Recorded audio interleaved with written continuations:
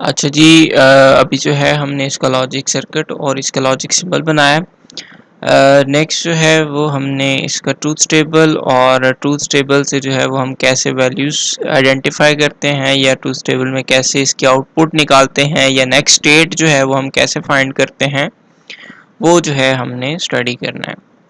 तो अब आप सबसे पहले तो ये देखें कि इसमें कितनी इनपुट्स हैं। एक तो R हो गया, एक तो S हो गया, और तीसरी इनपुट जो है ये QN। ये आप देख सकते हैं कि QN जो है वो इसकी इनपुट बन रही है। तो हमारे पास 3 इनपुट्स हैं, S, R और QN। तो 3 इनपुट वेरिएबल्स 2 रेज़्ड पावर 3 करेंगे, 8 जो है 8 पॉसिबल कॉम्बिनेशन जो है वो बनेंगे, और आउटपुट जो है वो हमारी नेक्स्ट स्टेट होगी QN+1। तो हमने QN+1 जो है वो हमने निकालनी है। तो पहला कॉम्बिनेशन जो है वो 000। ट्रूथ टेबल आप डिज़ाइन करते आए हैं तो आपके लिए मुश्किल नहीं होगा। नेक्स्ट है combination 001, third combination 010, fourth combination 011, fifth combination 100, sixth combination 101, seventh combination 110, and the last combination is 111। तो ये जो है हमारे पास सारी कॉम्बिनेशन आ गए हैं। अच्छा, लेट्स सपोज अगर हम इसको इन पार्ट्स में डिवाइड करें, 8 हैं तो दो दो पार्ट्स अगर इसके बनाएं यहाँ पे, तो पहला जो कॉम्बिनेशन है वो एस आर जब 0 0 पे हो, जब एस की वैल्यू भी 0 हो और आर की वैल्यू भी 0 0। ये अगर आप सेकंड हाफ देखें, या जो सेकंड जो इसका पार्ट बनाया है, इसमें अगर आप देखें दोनों कॉम्बिनेशंस हैं जब एस इज इक्वल टू 0 है and R is equal to 1 है। ठीक है जी, S is equal to 0, R is equal to 1। Third जो हमने पार्ट बनाया है इसमें S is equal to 1, R is equal to 0, S is equal to 1, R is equal to 0। और फोर्थ जो है, फोर्थ हमने जो कॉम्बिनेशन बनाया है ये है when both inputs are on 1, s is equal to 1 and r is also equal to 1। qn तो हमें नहीं पता, qn में भी 0 भी हो सकता है, 1 भी हो सकता है। ठीक है, qn हमें नेक्स्ट, हमें जो उसकी प्रेजेंट स्टेट है वो हमें नहीं पता, वो इधर 0, इट कुड बी 1, 0 भी हो सकती है, 1 भी हो सकती है। इन दोनों केसेस में भी 0 भी हो सकती है और 1 भी हो सकती है, और इस केस में भी 0 भी हो सकती है और 1 भी हो सकती है। यानी कि हमें क्यू एन का एग्जैक्ट नहीं पता कि वो क्या है, वो 0 भी हो सकती है और 1 भी हो सकती है। तो हम इसको इस तरह से इस केस में लेके चलते हैं। अच्छा जी, अब हमने निकालनी है QN+1, नेक्स्ट स्टेट जो है वो निकालनी है। तो हम पहला कॉम्बिनेशन देखेंगे। पहले जो हमने ये थोड़ा सा डिवाइड किया है 4 पार्ट्स में, जो पहला पार्ट्स है when s is equal to 0 and r is equal to 0, इस केस को जो है वो हम देखते हैं। तो when s is equal to 0, r is equal to 0, तो हमने QN+1 निकालना है। अब आप यहाँ पे आए ज़रा इस फिगर पे, when s is equal to 0, ये चीज़ आपने याद रखनी है, and r is equal to 0। और हमने क्या निकालना है, नेक्स्ट स्टेट, यानी कि QN+1 वाली स्टेट जो है वो हमने निकालनी है। ठीक है, ये QN से जो आउटपुट आएगी उससे जो नेक्स्ट स्टेट QN+1 बनेगी वो हमने निकालनी है। हम कैसे निकालेंगे, यहाँ पे फर्स्ट केस हमने लिया है जब r इज इक्वल टू 0 है और s भी जो है वो क्या है, 0 है।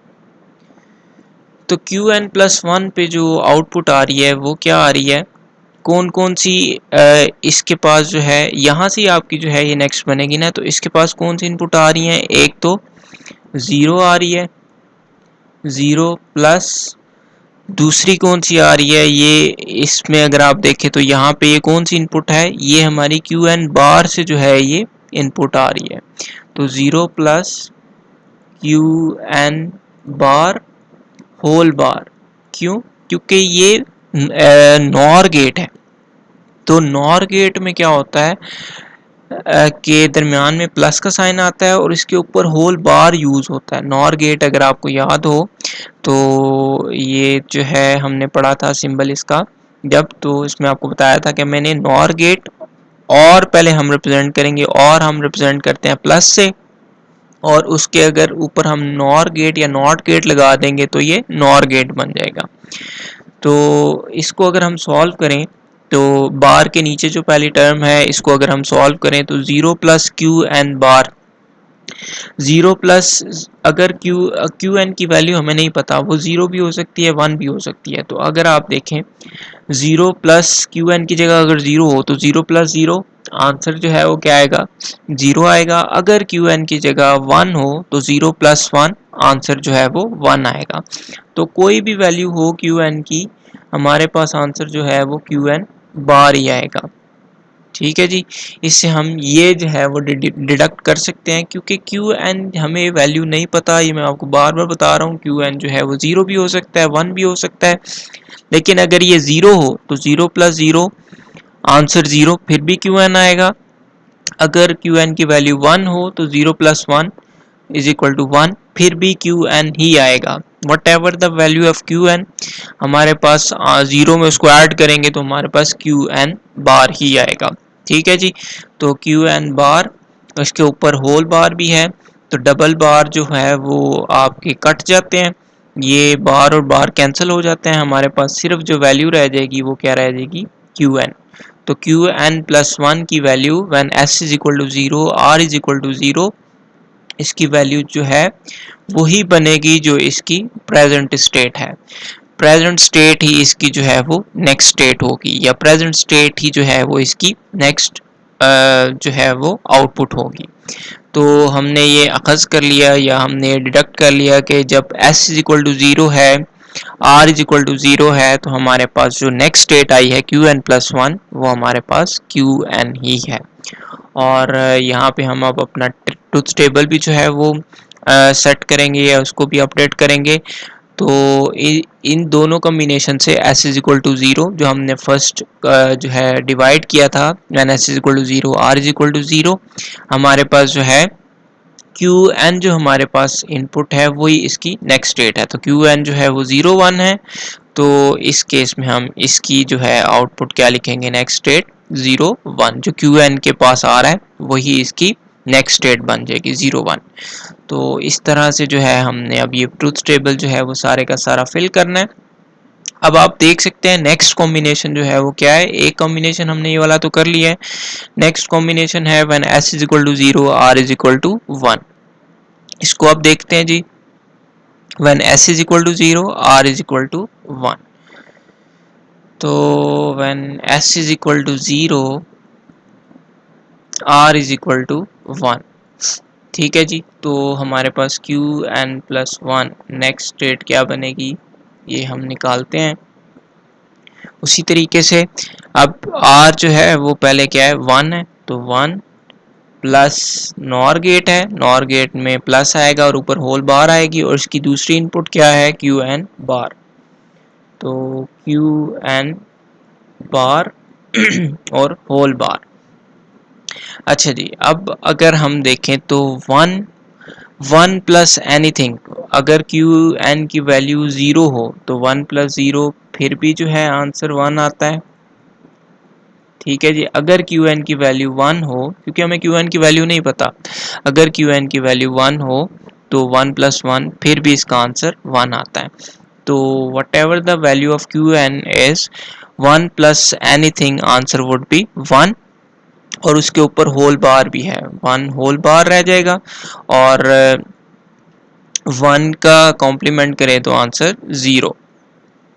यानी कि इस केस में जब हमारे पास s इज इक्वल टू 0 है, r इज इक्वल टू 1 है, इस केस में हमारे पास जो है next state Q N plus 1 जो है वो क्या आएगी, 0 आ रही है। तो इसमें भी हम जो है वो देखेंगे when s is equal to 0, r is equal to 1, हमारे पास जो है क्यू एन प्लस 1 जो है वो नेक्स्ट स्टेट क्या आ रही है, 0 आ रही है।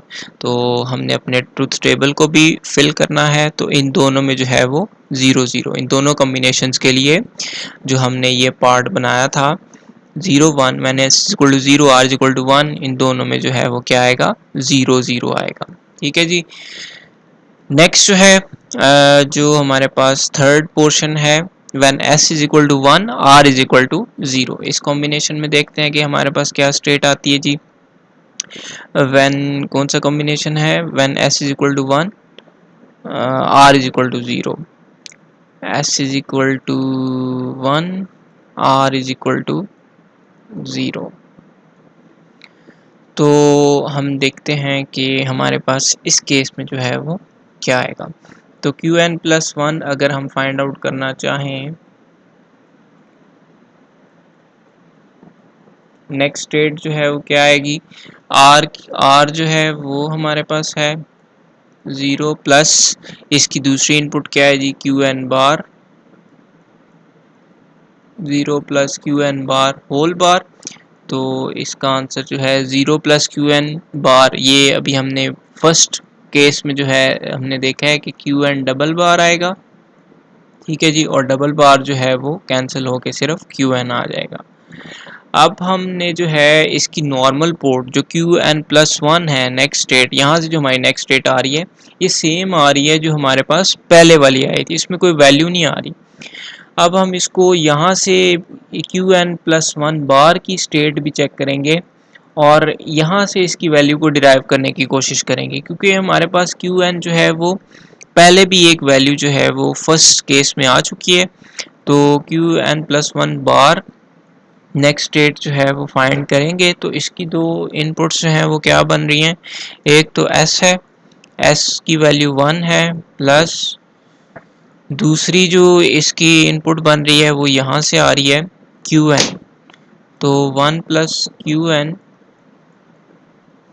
होल बार, ठीक है जी, क्योंकि नॉर गेट है, प्लस और उसके ऊपर होल बार। तो 1 प्लस एनीथिंग, 1 प्लस Qn की वैल्यू 0 हो 1 हो तो आपके पास आंसर 1 आएगा, तो 1 बार। तो 1 बार से हम ये अखज़ कर सकते हैं कि 1 बार जो है वो 1 का अगर कॉम्प्लीमेंट करें तो उसका आंसर जो है वो 0 आता है। अच्छा जी, अगर अब हम ये देखें कि Qn+1 बार की वैल्यू 0 है, तो Qn+1 की वैल्यू इससे हम निकाल सकते हैं कि Qn+1 की वैल्यू क्या होगी, 1 होगी।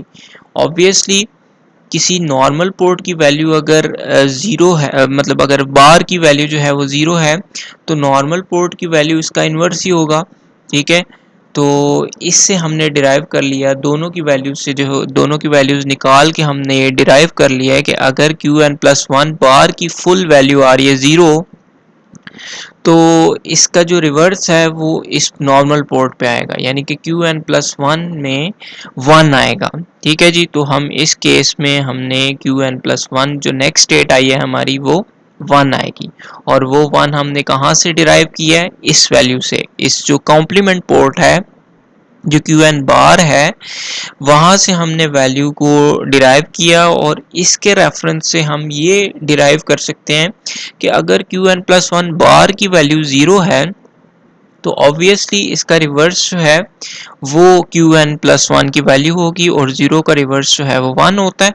तो हमारे पास Qn+1 की वैल्यू क्या आएगी, इस केस में 1 आएगी। तो हमने इसी तरह जो है वो सॉल्व करना है इसको, when s is equal to 1 r is equal to 0, Qn+1 port पे Qn आया है, तो ये हमें नहीं, Qn जो है यहाँ पे भी आया था, तो हम इसकी एग्जैक्ट वैल्यू निकालना चाहते हैं।